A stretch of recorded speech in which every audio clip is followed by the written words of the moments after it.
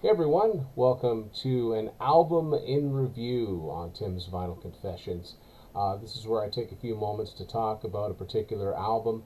Whether it's a big selling album or not, to me, I consider it worth talking about. So we're going to start with one that might not be the first album that comes to mind when you think of this band, but it was a platinum album, and I think it's got a lot to offer. This is the 1994 album from Queensryche called Promised Land.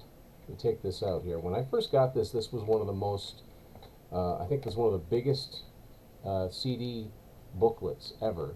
So it's Hugh Syme artwork. This was the first studio album since 1990's Empire, and it's 4 years in the making. A lot of pressure on the band on this album because Empire was so successful. And so this is what the full image is, sort of a totem pole, which has a lot to do with the history of Seattle. It's also got this unfortunate character on the inside of it. When we saw Geoff Tate earlier this year, he did probably the best known song from this album, which is I Am I.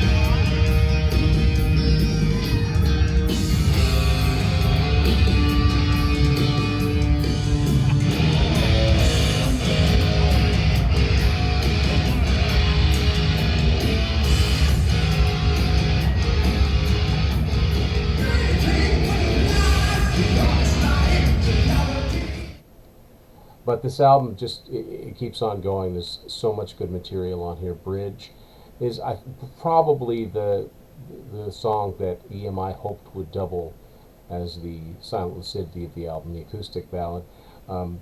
It's a very sad song if you know the lyrics, but a very good one. Also, Damaged, one of my favorites on here. My Global Mind. Lyrically, Queensryche are known for being quite deep, and this album was no exception.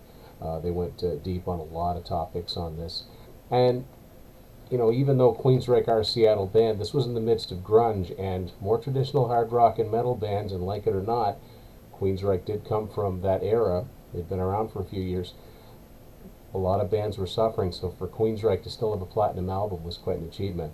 And I do have to mention again, shout out to Brian Heaton, who I had in the past episode, the excellent Queensryche book, Roads to Madness, that chronicles the entire touring history of Queensryche from the beginning all the way through 1997, so it does cover the Promised Land era. I would recommend anybody who's a Queensryche fan to check that out. I'll have a link to this episode at the end, or to that episode at the end of this video here. Hope you enjoyed this. This has been another edition of an album in review on Tim's Vinyl Confessions. We'll see you later.